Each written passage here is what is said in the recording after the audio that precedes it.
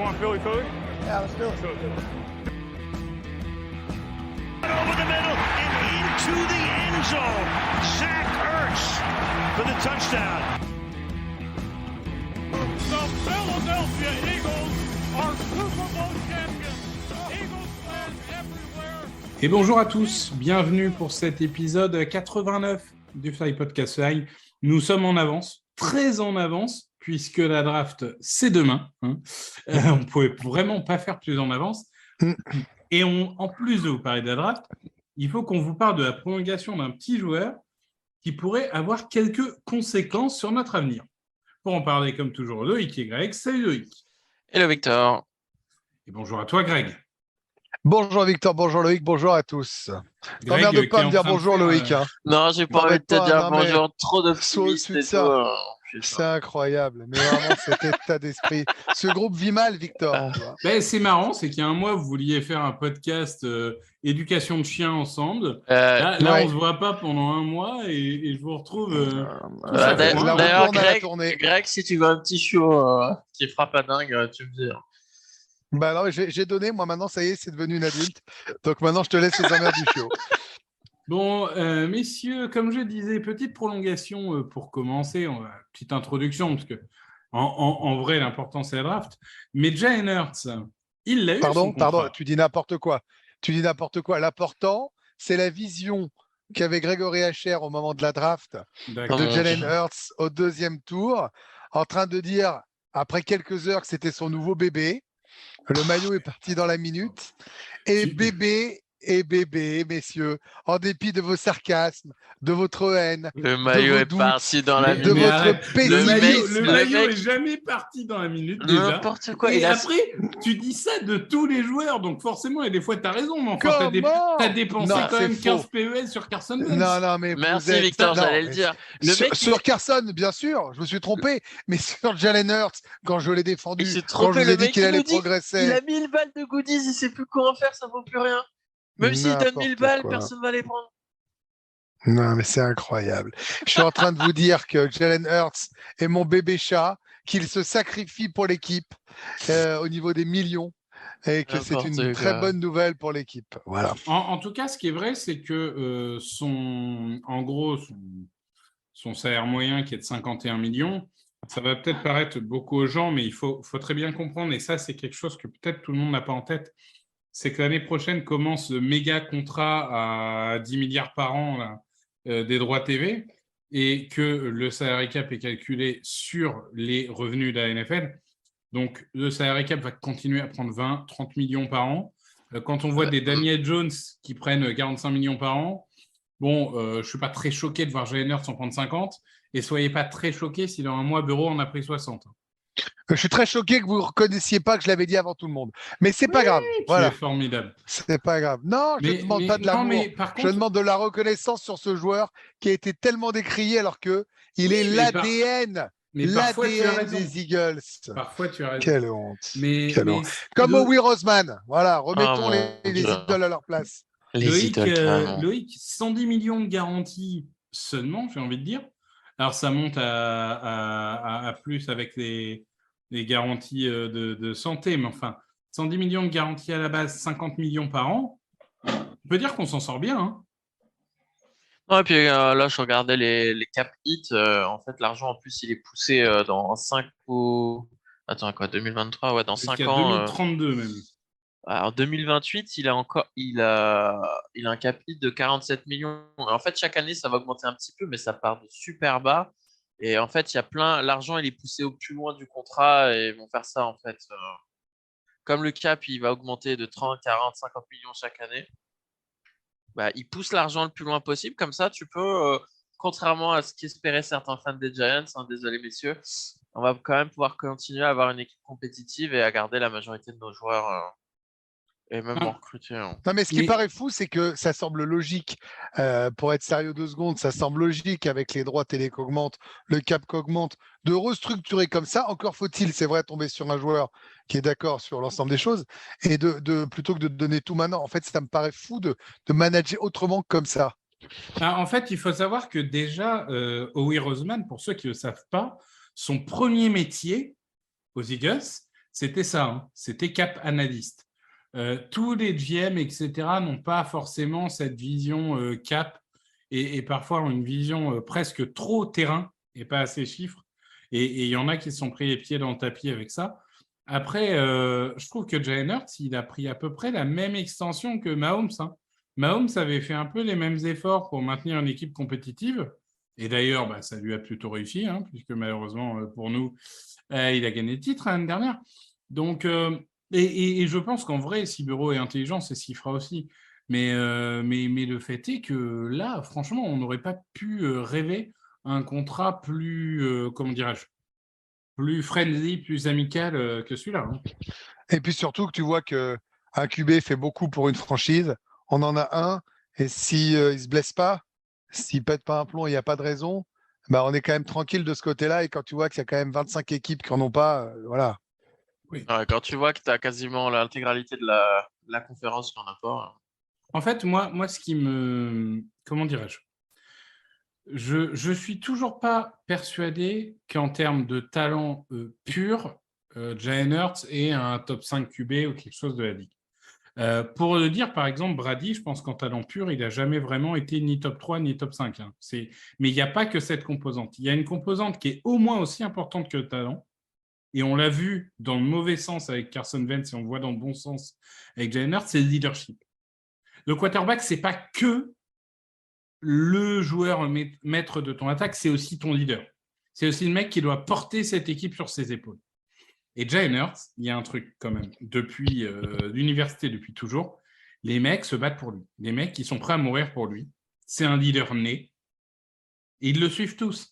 Et ça, je pense que ça rend vraiment rassurant pour moi cette extension, c'est que non seulement tu as étendu un bon quarterback, un très très bon quarterback, mais en plus, je pense vraiment que tu as ton leader de vestiaire pour les années à venir. Et avec les départs prochains de Brendan Graham, de Jason Kelsey, de ces leaders de vestiaire historiques, c'est bien de savoir déjà qui va reprendre le flambeau. Et quand en plus, c'est ton quarterback, c'est tout bénef. Ouais, puis c'est surtout cette volonté de travailler.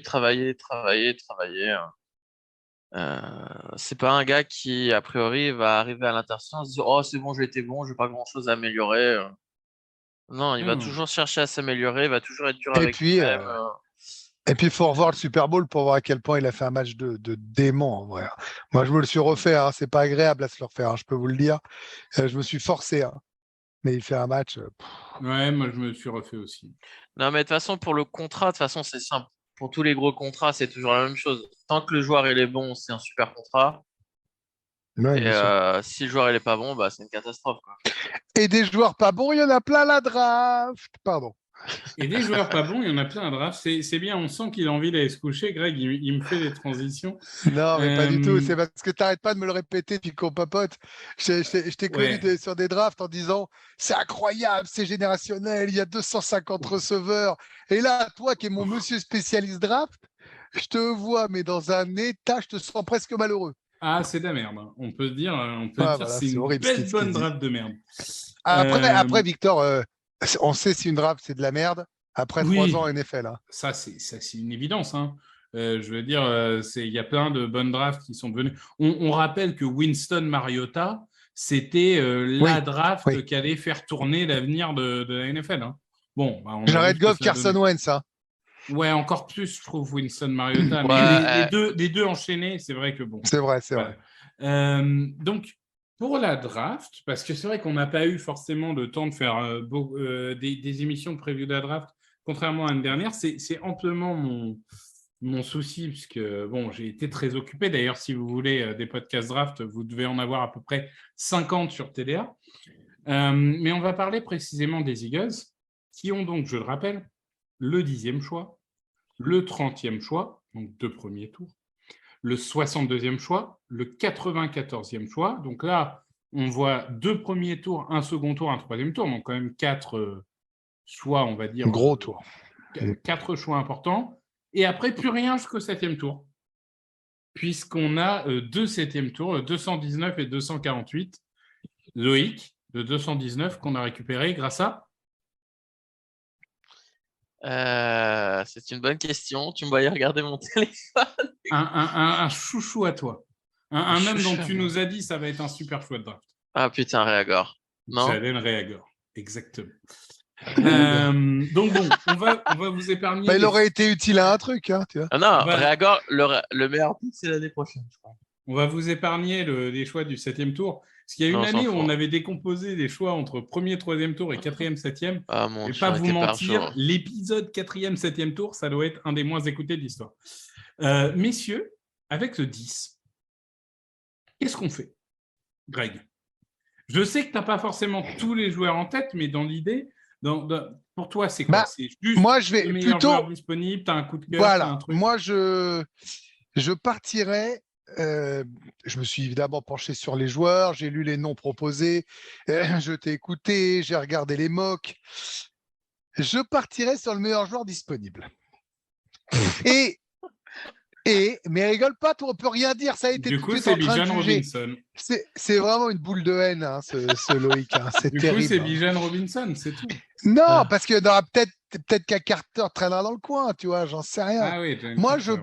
moi, je me dis que sachant que c'est pas une draft folle, qu'on a le 30e choix, qu'on a déjà une équipe très forte, qui a encore la place de récupérer un ou deux vétérans en défense, est-ce que ça mérite pas de tenter le coup sur un mec le plus fort possible, quel que soit son poste? Et si, par le plus grand des hasards, il était running back, vous allez bondir. Je dis pas que j'en rêve, je dis pas que je le veux.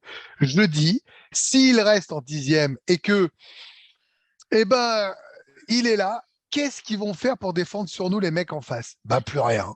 Pas En plus vrai, il y rien. a des arguments pour Bijan. Franchement, parce que si tu mets un mec comme ça, tu vas être obligé de mettre en face une défense pour le stopper lui. Si c'est pas lui qui court, tu les exploses pas. Hurts. Si c'est pas lui, tu le mets en position. En plus, il est très bon réceptionneur. Et en plus, tu as tes receveurs, plus ton tight end.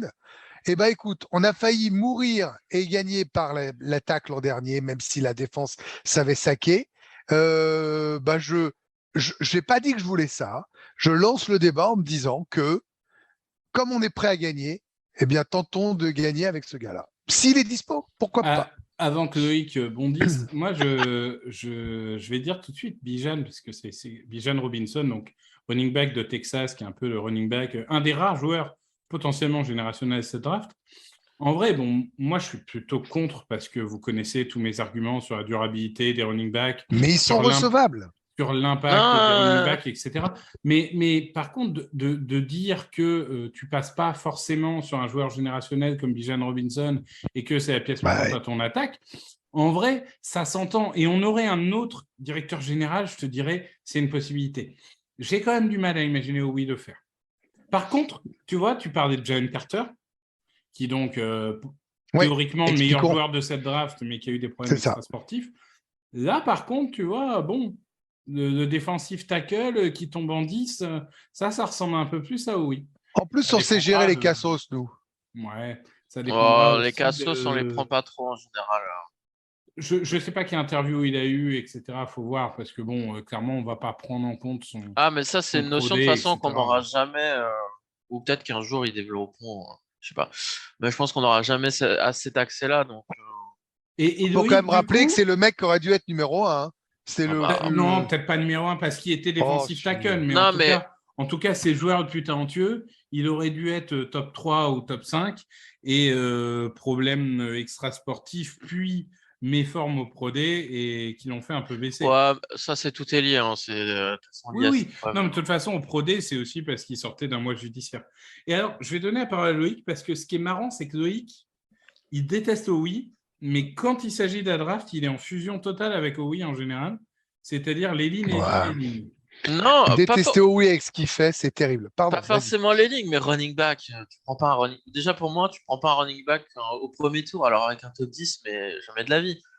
Le discours que Greg y tient, moi je l'entends, hein, mais ce discours, tout le monde l'a tenu pour Ezekiel Elliott, Todd Gurley, Saquon Barkley, Christian McCaffrey. Et j'en passe des running backs qui ont été pris au Ouais, mais je suis cohérent, je voulais McCaffrey. Moi, je voulais McCaffrey il y a 6 mois, les gars. Mais ça fait 20 ans qu'il n'y a pas un running back avec lui. du top 10 tu regardes les... Oui, mais ils n'étaient pas entourés par des mecs comme nous, on a. Ouais, mais tu regardes, franchement, les équipes qui ont été au Super Bowl et qui l'ont gagné ou perdu, ils n'ont pas des top running back parce que c'est pas là-dessus que tu construis une équipe. C'est pas le poste le plus important, c'est le poste Mais tu quasiment le construis plus. pas. C'est le poste le plus facile à trouver Oui, mais dans la ligue. Loïc, tu construis pas. En fait, mon argumentaire, pardon, je te coupe, mais parce que je ne veux pas construire. Je veux gagner le Super Bowl l'année prochaine. Bah ouais, mais tu peux Je faire les suis deux. à 1 yard de gagner le Super Bowl cette année. Et je pense qu'avec un mec de ce niveau-là, on rajoute une corde à notre arc, plus qu'avec un mec qui va nous dire oh bon, on construit la franchise dans 4 ans, dont on ne sait pas s'il ne se fera pas les croiser 6 mois plus tard. Voilà, je Bah, pense qu'il faut excuse-moi, gagner l'année prochaine, moi. Robinson, quand tu vois toutes les blessures au running back, il peut très bien se Ils faire sont les tous croisés. pétés, les running backs, mais Ouais, il peut mais se faire bon. les croisés dès son premier snap, en fait. Donc, Bah oui, mais bon. Et on doit aller au Super Bowl vu la NFC et avec un mec en plus. Voilà. Bon, pardon, je t'ai coupé. Vas-y. Non, mais moi, j'étais plus pour reculer dans la draft et accumuler les picks en prévision du contrat de Hurts. Mais comme je vois comment ils ont fait le contrat de Hurts, maintenant j'irais plus. En plus, vu ce que Victor notamment dit sur la qualité de cette draft, du coup, j'essaierai d'être le plus agressif possible et d'aller choper un des 2 ou 3 joueurs que tu as sur ton board, les top prospects, tu vois, ceux qui considèrent comme élite, entre guillemets. Donc, c'est là où si j'ai tu- beaucoup de mal parce que si tu trade up, en gros, c'est pour Will Anderson ou pour Jalen Carter.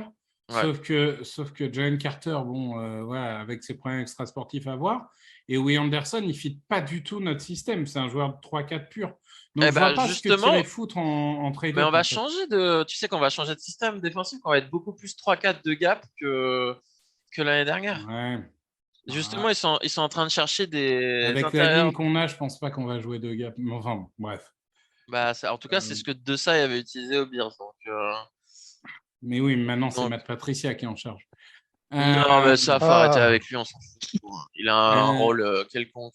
Moi, je vais dire, j'ai un choix, je pense que vous le connaissez tous parce que je l'ai martelé depuis un mois, c'est Peter Skoronski, qui pour moi est la réincarnation de Zach Martin. Donc, Zach Martin, le Hall of Famer garde des Cowboys, qui était un tackle à l'origine, hein, comme Skoro. Et je pense que Skoronski, peut-être qu'un jour il remplacera Lane, mais en attendant, il peut devenir un Hall of Fame guard. Et si tu rajoutes ça entre Kelsey et Lane, pour moi, tu as la ligne offensive ultime. Donc, pour moi, ça doit être la priorité, Skoronski. Je sais que ce n'est pas populaire, hein, mais bon, ce n'est pas grave. Après c'est malin. Parce que vu ce que tu as derrière, tu as quand même besoin de protection. Et si tu protèges, tu exploses tout le monde. Surtout qu'il est quand même reconnu comme le lineman le plus talentueux. Beaucoup doutent de sa capacité à jouer tackle, mais il est le lineman le plus talentueux. Alors, je sais que Loïc dira un garde, ça ne se prend pas en 10. Non. On disait Alors ça, pareil de pas... Zach Martin et de Ouais, Quentin mais ça, c'est Nelson, pas mon hein, avis à moi. C'est pas mon avis là-dessus. Mon avis, c'est ce que fait Howie Roseman et ce qu'il a toujours fait, en fait. Il prend pas de... Ouais, mais bon, s'il le considère comme un tackle dans le futur, bon. Et il y a un autre choix, moi, qui m'intéresse, c'est Jackson Smith-Njigba. Parce qu'en fait, Jackson Smith-Njigba, qui est donc receveur d'Ohio State, en fait, c'est un joueur à la Christian Kirk, dans le sens où il est au meilleur dans le slot, et tout le monde dit oui, mais il exploitait le slot parfaitement parce qu'il avait Olave d'un côté et Garrett Wilson de l'autre. Ce qui est vrai. Mais tu le fous chez nous avec Devonta Smith d'un côté et J. Brown de l'autre, et Dallas Goedert au milieu, hein, histoire d'eux. Je pense que là, on peut vraiment avoir le greatest show on turf, quoi. On peut avoir les Rams de 99. Quoi. Et vraiment, moi, c'est un des trucs. Tu vois, Greg, est-ce qu'il le considère ça? Est-ce qu'il considère ça? Oui. Parce qu'effectivement, il là, considère le poste de receveur, hein, regarde Ray Gore, Devonta Smith, etc. Ouais. Non, mais là, est-ce qu'en ayant Devonta Smith, en ayant Jay Brown, est-ce que tu considères encore que tu dois mettre un troisième? Parce que ça rejoint quand même drôlement mon idée de RB. Une fois de plus, je n'ai pas dit que je voulais un running back. C'est dans la même logique de rendre l'attaque létale et de gagner. L'optique, on gagne maintenant avec l'attaque la plus extraordinaire qui soit des 20 dernières années, si possible. C'est le seul objectif. Voilà. Moi, ma seule chose, c'est ça. Maintenant, ça s'entend de défendre, ça s'entend de prendre des lignes. Et oh oui, il adore les lignes. Et on le remercie parce qu'on a eu des lignes qui nous ont toujours fait gagner. Quand tu vois les lignes des autres, c'est une catastrophe. Moi, la seule question que je pose, c'est un, draft faible. 2, on a une équipe forte. 3, on a une conférence extrêmement faible. 4, on doit dans tous les cas retourner au Super Bowl, même si sur un match, tout est possible, blablabla. 5, comment tu le gagnes ce Super Bowl? Est-ce que c'est en ajoutant de la défense ou est-ce qu'en étant inarrêtable? Moi, j'ai tendance à penser que c'est en devenant inarrêtable. Mais peut-être que j'ai tort. Hein. Non, mais encore une fois, je te rejoins sur le fait que le choix Njigba, en termes de logique intellectuelle, il rejoint le choix Bijan. C'est juste que personnellement, je valorise beaucoup plus le poste de receveur que le poste Bien de running back. sûr. Mais Et après, je te l'accorde que intellectuellement, si on tu en est as un très des proche. deux qui se pète, tu peux toujours le faire jouer davantage. Non, mais moi, Oui, c'est non, bien mais que Victor, tu parles de choix parce que moi, je l'avais évoqué déjà il y a un mois et demi. Et on m'avait dit, mais n'importe quoi, ça sert à quoi un receveur? Et moi, je moi, trouve. j'étais un peu comme ça. Je pense que il est fortement possible qu'il y ait un mois et demi, 2 mois, je t'ai répondu ça, hein, parce que j'ai beaucoup évolué Je sais personnellement plus, mais non, mais après, dessus. chacun. Moi, franchement, ça me choquerait pas parce que receveur, c'est. Enfin, on est dans dans une ligue où l'attaque aérienne, c'est devenu le truc le plus important, quoi. Donc, tu as un quarterback, tu as le moyen d'être. Tu sais que tu as eu un manque l'année dernière sur tout ce qui était slot, passe intermédiaire. Watkins, ça a été super décevant. Donc, non, moi, ça serait pas déconnant, hein, puisque après, si tu Alors te après, ils dis, en ont récupéré un là. On en a récupéré un qui est plutôt pas mal des Falcons. Donc, je sais pas ouais, si ça. mais non, mais pour moi, les joueurs que tu as signés en free agency, quand c'est des deals d'un an, en fait, ils comptent pas. C'est pas pour être méchant envers eux, Ouais. mais ils comptent pas avant tes plans de draft, en fait. Hmm. Donc, si tu peux prendre si vraiment ton board, c'est clairement le receveur, il est au-dessus de tous les autres, prends le receveur, parce que receveur, c'est compliqué à trouver quand même. Donc, Bon, il y a une dernière piste qu'on n'a pas forcément évoquée dans les positions qu'on appellerait premium, c'est cornerback, parce que mine de rien, si on a Oussé ou Bradbury qui se pètent, c'est quoi notre remplaçant extérieur? C'est McPherson, quoi? non, c'est celui des Browns, je crois. Ouais, Grady Williams. Ouais. Ouais, et puis on a peut-être le temps de signer un vétéran dans ce cas-là. Mais après, CB, c'est marrant parce que c'était quand même. Tu parlais d'il y a un mois et demi, 2 mois. Franchement, tout le monde était persuadé qu'on allait en perdre un des deux ou Ouais, les bien deux et sûr. qu'on était sûr qu'on allait drafter un CB. Et en plus, tu nous disais, et je pense que tu as raison, c'est la position quasiment, alors je ne parle pas des QB, la plus valorisée dans ce top 15 de draft ou ce top 20. Ah Ah, oui, même. oui, oui, Ouais, oui. premier tour, top 50, même, il y en Je a. pense que c'est la Ouais. position la plus riche. C'est une des Bah, rares c'est pour positions ça dans qu'on peut cette le prendre draft en où 30. on peut le prendre en 30 ou monter un tout petit peu. Mais oui, oui, on peut imaginer prendre un cornerback en 30. Mais justement, au niveau du 30, moi, je trouve que c'est là où il faut en profiter pour retrouver des choix de draft de 4e, de 5e tour, si on a la possibilité. Même s'il y a cet argument qui est recevable, c'est qu'un 30e choix, il te coûte pas si cher que ça, tout en ayant le luxe de l'option de 5e année. Qui est quand même pas négligeable hein, financièrement. L'option Bah de ouais. 5e Bah année, ouais. elle est intéressante. Mais c'est sûr que cornerback, tu peux. Moi, ce qui me fait, je vais dire tout de suite, au 10e comme au 30e choix, moi, ce qui me fait un peu peur, c'est que au poste de défensif tackle, c'est quand même notre priorité numéro 1. Et s'il n'y a plus de Jalen Carter, après, ça tire rapidement la gueule. Il y Mais a pourquoi il ne Kaija fait pas comme l'an Kans. dernier? Pourquoi Ouais. personne ne parie à oui qui fait un trade avec un gros défensif tackle contre des choix de draft façon A.J. Brown? Jeffrey Simmons, il vient d'être prolongé, donc ça va être difficile. Oui, mais il n'y a pas. Il n'y a pas que lui. Il n'y a pas que lui. Mais après, il y a Kaija Kansi, hein, mais Kaija Kansi, trop petit, de Pittsburgh, donc forcément, tout le monde le compare à Ron Donald. Mais bon, comparaison n'est pas forcément raison. Surtout qu'à Ron Donald, il n'y en a pas eu 15 dans l'histoire, hein, par définition. Mais c'est vrai que ce choix 30, il est beaucoup plus modulable, quoi. Enfin, c'est Ça m'étonnerait pas de. C'est pour ça que je devoir pense échanger. qu'on peut se permettre de trade up avec le 10 si on a un joueur vraiment qu'on veut et après tu trade down avec celui-là. Bon, après, c'est sûr, il faut toujours avoir les offres, hein, Après, mais rendez-vous compte quand même, on fait Super Bowl. Normalement, on devrait avoir le bout du bout du bout et on se retrouve avec deux choix de premier tour. Enfin, moi, je veux bien comprendre qu'on manque de profondeur, mais une fois de plus, moi, je trouve que quand tu es une équipe aussi complète, même si tu as perdu beaucoup de monde dans la défense, bah, c'est le moment d'enfoncer le clou, quoi. Et donc bah, de prendre le plus fort possible. c'est pour ça Je que moi, maintiens.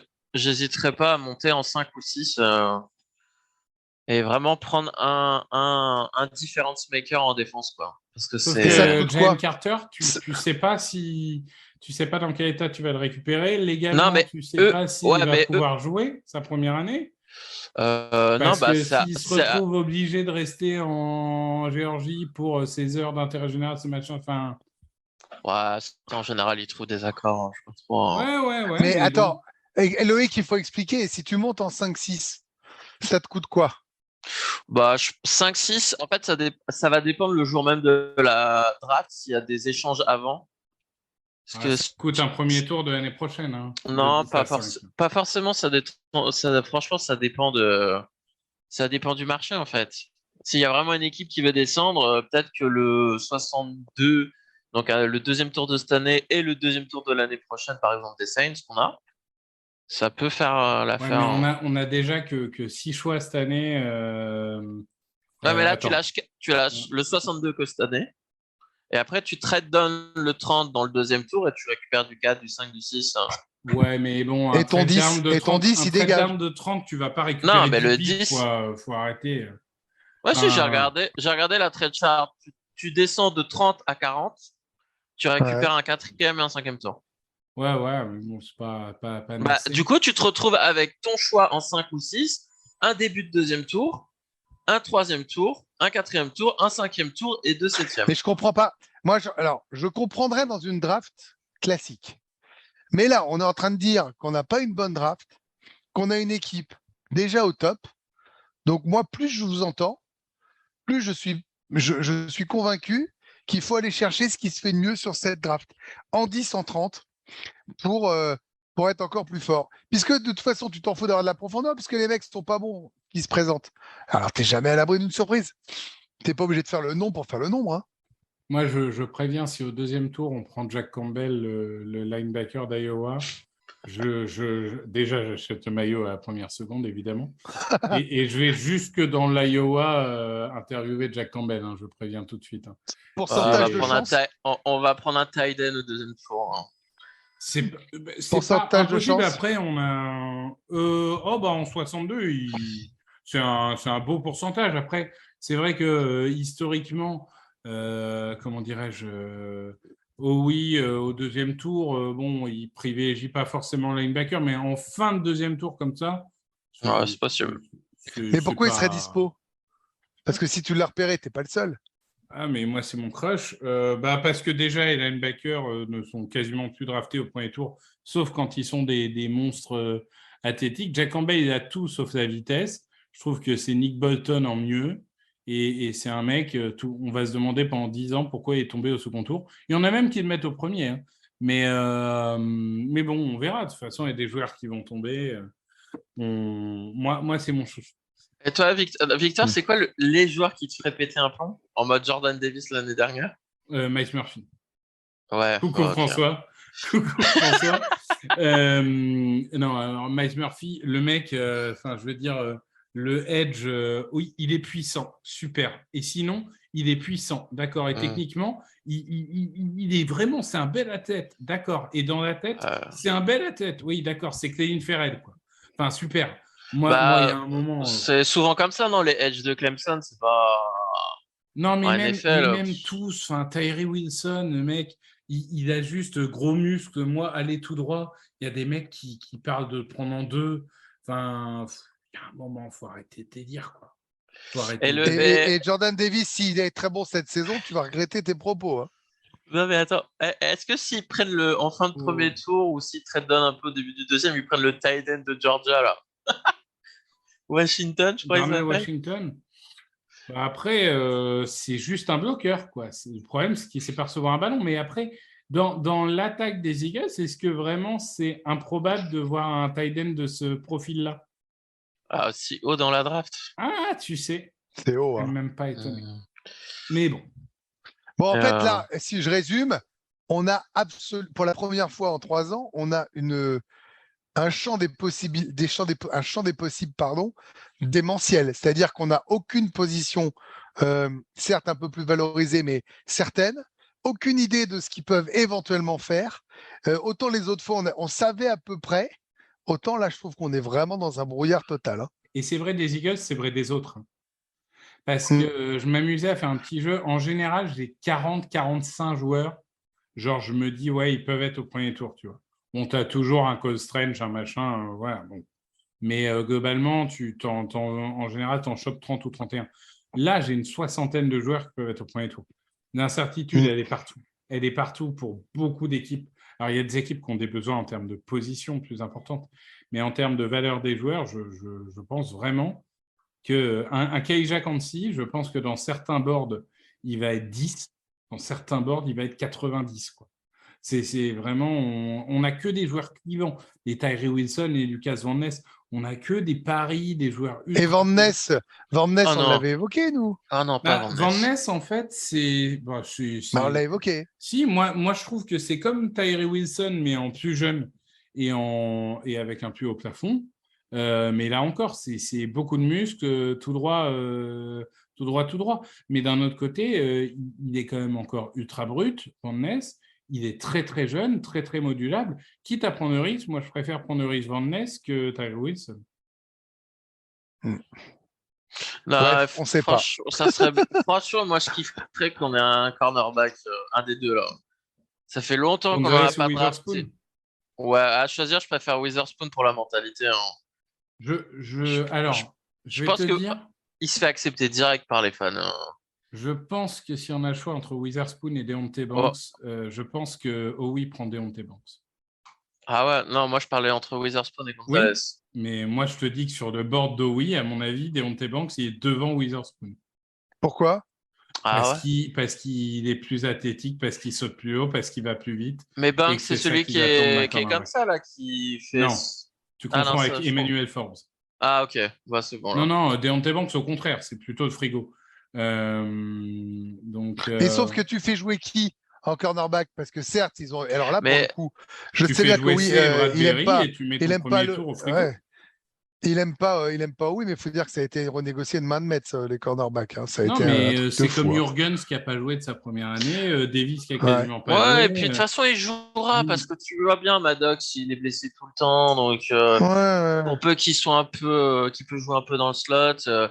Bah dans de toute façon, je trouve qu'on se spécialise dans ça. On se spécialise dans ça, dans le frigo la première année. Hein. Moi, je vais répéter ce que j'ai dit. Les cornerbacks, de toute façon, si tu en prends un en 10, s'il joue pas sa saison rookie, bah écoute, ça veut dire que Bradbury et Slay ont été bons et n'ont pas été blessés. Donc c'est super. Mais dans tous les cas, les deux, tu as une porte de sortie l'année prochaine. Donc faut penser aussi à court terme, à moyen terme. Slay, il a 33 ans, tu vas pas le garder éternellement. Ouais, mais qui te dit, c'est pour ça que tu peux t'en sais rien si tu n'auras pas des cornerbacks l'an prochain très forts. Bah, est-ce que c'est en sélection?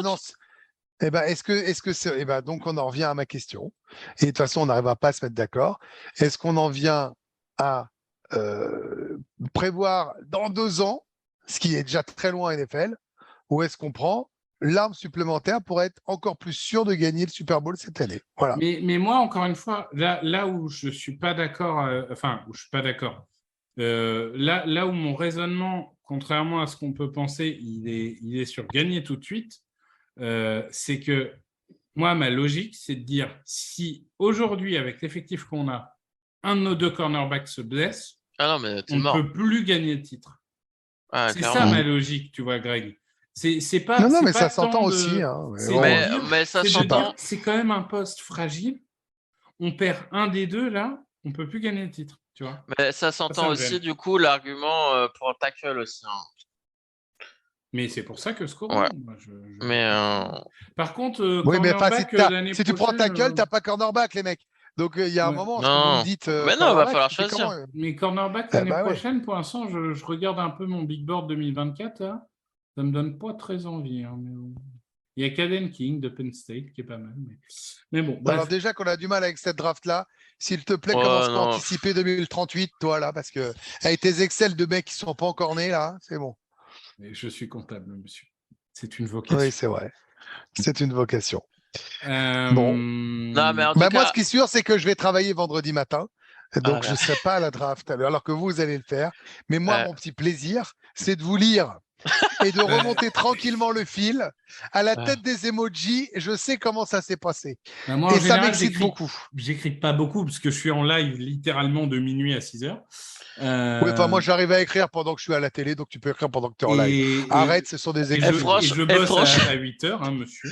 moi, je me souviens, je t'avais écouté en replay pour le pic de Jordan Davis. Non, moi ce qui est, Avec la je me souviens du pic de Jalen Hurts où j'étais pas en direct sur Touch Directus cette année-là. Et je suis déphasé le premier tour, donc je dors. Et je me réveille et je vois pic 53. Et je me dis, merde, les Eagles, c'est 54. Et là, je vois Jalen Hurts et je fais, OK, je vais me recoucher. J'ai pas dû bien voir. Et le lendemain matin, je fais, si, j'ai bien vu. Sauf qu'à l'arrivée, tu vénères ton QB chéri. Oui. Vénérer, je sais pas, mais en tout cas. Non, mais tout ça pour dire que, quand même, là, on en a fait toute une émission, tout un truc. Ça reste quand même, pardon, hein, une méga loterie. Tu essayes de minimiser. Attends, je finis, Loïc. Tu essayes de minimiser les risques, parce que le principe, il est là. Oui, voilà. De cibler au plus juste. Mais à l'arrivée, tu as quand même, allez, pas beaucoup de garanties. Hein. Non, je suis d'accord avec toi. Tu as tellement de choses qui peuvent se passer. Un accident de la route, le mec qui vrille dans sa tête. Tout peut se passer. Non, mais même si ça se passe sans accident. Hein. Moi, je vais dire ce que j'ai dit les autres années. Pour moi, tu dois avoir un process et tu t'y tiens. C'est pas en mode ah tiens là j'ai peut-être une faiblesse donc je force le pic. Non, tu as un board, tu as tes scouts qui ont travaillé toute l'année voire sur plusieurs années, fais-leur confiance. S'ils te disent que ce gars-là c'est le meilleur choix pour ton système, bah vas-y quoi. Sinon bah tu les déjuges et tu les vires après quoi. Mais tu fais pas. Attendez, moi mais a priori, on n'est pas si mal hein, dans les joueurs qu'on a draftés ces derniers temps quand même. Hein. Avec une réserve, il faut qu'on décale d'un an pour avoir nos drafts. C'est ça le problème. Je me faisais une petite moque PFF là, pendant que vous parliez. Alors t'emmerdes pas, dis-nous, on est chiant. Young, Stroud, Anderson, Richardson, Carter, Witherspoon, Levis, Wilson, Gonzalez. Bah ouais, on a le choix entre Scoro et Bijan. Donc, non, bah Jackson Bijan, Smith arrête. et Jackson Smith. Il va jamais drafter Bijan voilà. en 10. Non, mais vous avez le choix entre Skoronski, Bijan Robinson ou Jackson Smith. Nolan Smith. Bah, vous prenez qui Nolan Smith. Nolan Smith, bah franchement. Oui, bah oui, tu as raison, on n'en a pas parlé, mais autant prendre Sosie de Hassan Reddick, puisque ça ne nous servira à rien. Oui, non, tu as raison, c'est très intelligent. Ça. Ah non, mais ça nous servira. Il jouera moi, pas je trouve que c'est un beau joueur. Après, ouais. Non, mais moi, je trouve que c'est un beau joueur. Moi, j'adore, c'est Loïc qui partage un truc sur la conversation des fans Eagles où les mecs disent non, mais ça rend imprévisible parce qu'on va mettre Nolan Smith et Hassan Reddick sur le terrain en même temps et ils ne sauront pas qui est notre quatrième rusher. Ouais, mais ça veut dire que tu as un des deux qui part en couverture, quoi. Donc, moi, je ne suis pas rassuré de ouf. Hein. Non, on verra, c'est bon. Non, mais sauf, c'est marrant ce que tu dis parce que tu dis on peut mettre un cornerback au frigo. Mais on ne peut pas mettre Nolan Smith au frigo. Ah bah c'est génial. Donc en fait, on ne peut pas dire que pendant...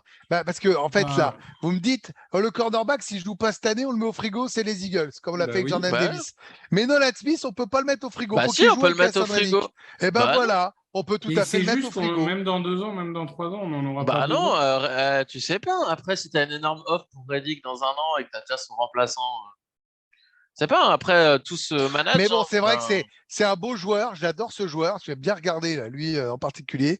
Je trouve que c'est un truc génial. Mais en vrai, c'est pas un choix intelligent par rapport à ce qu'on a comme bestas, quoi. Ouais. Après, en 30, hein, une chose dont on n'a pas forcément beaucoup parlé. Attention au gros edge. Tu vois, le Félix Anudike-Uzomah, le Will McDonough, 2 mecs pour remplacer Graham. Oh il peut y en avoir. Moi, je pense que Félix Anudike-Uzomah, c'est typiquement le genre de mec qui part en 30 pour oui. Moi, je vous le dis. C'est genre le gros bonhomme qui vient Quand tu vois remplacer qui il a Brandon pris, Graham. quand tu vois qu'il a pris dans certains pics et qu'on a réussi à développer d'autres postes, hein, je pense à des Maelata et compagnie, je me dis qu'il est capable de ce genre de pari. Et puis il y en a certains qui ont fonctionné parce qu'on a, je pense, 2-3 joueurs qui sont devenus des styles. On ne l'a pas assez dit et je pense qu'on peut quand même le dire. On a quand même fait des vrais styles sur les deux dernières drafts. On nous disait, Ouais. c'est impossible, ils joueront pas. On a fait des styles de fou en vrai, hein. Et on a le droit quand même de arrêter de s'auto-flageller et de dire que c'est bien joué. C'est qui le style de l'année dernière? Je me souviens même plus. C'est Cam Jurgens, mais tu l'as pas encore vu. Ah ouais. Jurgens, mais il n'a pas beaucoup joué. Et qui est d'ailleurs quand même mon apogée sur les lives TDA où j'annonce 10 minutes avant que le pic le plus OI de OI, ce serait Cam Jurgens. Non, Donc, mais comme quoi, ce je pic-là, connais il bien, était moi. annoncé en plus depuis au moins 2 semaines, je crois, par. C'était Tony Pauline qui en Ouais, avait qui avait pas dit, de mal toute façon, parlé. ce gars-là, jamais il passe les Eagles en 51. Bon, après, Ouais. Bah donc, t'as beaucoup de reports comme ça, donc. Donc c'est quoi là Oh, aujourd'hui, c'est quoi si on peut finir par ça, les reports américains, c'est qui le favori pour eux Non, là, c'est des Eagles? Jordan. Est-ce qu'ils partent comme nous en vrille? Non. Voilà, ça part en vrille. Oui, ça Voilà, part en ça vrille. part en vrille. Moi, la Voilà. seule chose sur laquelle je suis prêt à parier, c'est qu'on va pas choisir en 10 et en 30. Il y aura forcément au moins un trade. Ouais, Je ne vois pas comment c'est OI sûr. reste en 10 et en 30. Non, mais c'est. Je suis assez d'accord avec Et, ça. Je vois et- pas comment on peut garder les deux. Je suis et d'accord. honnêtement, ça me ferait bien chier qu'on reste en 10 et en 30. Mm. Moi, franchement, malheureusement, on voit ces dernières années qu'il n'y a pas trop de trades dans le top 10. J'espère que cette année, il y en aura. Bah, historiquement, trades. il n'y en a Ouais. pas. Tu sais, c'est comme Ça coûte trop cher, en fait.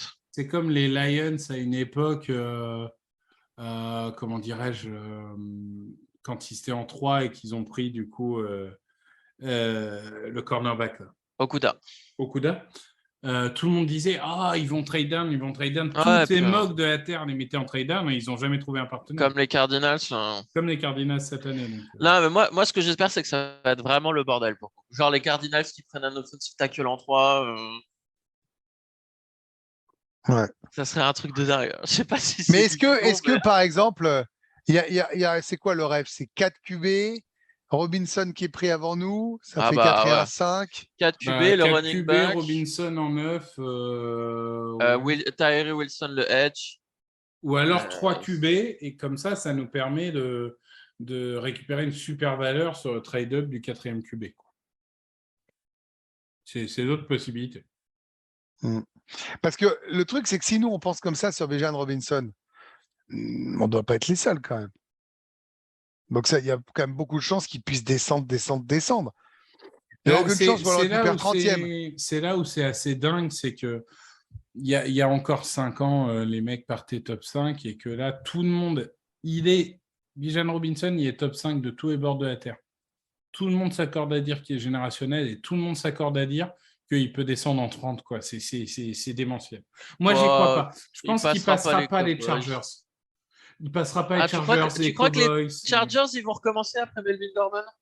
Non, mais les Cowboys, ils ont Pollard. De quoi on parle? Ouais, sur franchise tag, donc c'est 1 an. Bah ouais, les Cowboys, ils n'ont pas de solution à long terme. Non. Franchement, s'il est libre en 30, faut le prendre. Mais il a signé Ezekiel Elliott quelque part ou pas? Non. Non, je pense qu'il ne signera pas avant août ou septembre. Mais moi, franchement, je continue à vous le dire. Moi, Non. je veux dans notre comité. Bah, je suis pas loin d'être comme Victor. Non. Attends, je m'en fous. Ça va. C'est le physique dont on a besoin sur mais les quand 3 est-ce et 1, qu'un sur ancien les joueur 3 et des 2? Cowboys ou des Giants a marché aux Eagles? Bradbury, voilà, Bradbury. Bradbury, bien vu. Bien joué. Voilà, alors, tu des lui as Cowboys. bien fermé sa gueule. Voilà. Et on va finir là-dessus parce que ça, j'aime beaucoup ce genre de moment. Ah la louche. J'aurais dû m'arrêter à ex-Cowboys, putain. C'est voilà. Ça. Oui, mais parce que tu penses à Demarco Murray. Ouais, bah non, pas que lui, Orlando Skendrick, et j'en passe. Skendrick, légende du match face aux Jets. Bon, messieurs, ce fut court mais intense. Même pas court, en fait, 45 minutes. Court, non. Bah ouais, normal. Eh bien, écoutez, comme ça nous laisse une petite journée aux gens pour monter, on va dire, en température avant la draft. Bon, mini promo, vu que Greg ne sera pas en direct sur équipe, je me permets évidemment, premier tour, touchdown actu, deuxième tour, touchdown actu, troisième tour, touchdown actu, évidemment, notamment le premier tour qui sera en direct de chez Camille Saraben apparemment. Donc, vous ne voulez pas louper ça. Il y aura une vibe, des comment dirais-je, des podcasts audio de 2017, 2018 de TDA. Merci Loïc, merci Greg. Merci à vous. Merci à vous deux. Et puis évidemment, hâte de vous retrouver tous pour débriefer la draft d'ici la semaine prochaine. Salut. Open with a throw and a pass picked off by Dawkins. Brian Dawkins with the interception. And Dawkins is down to the 10.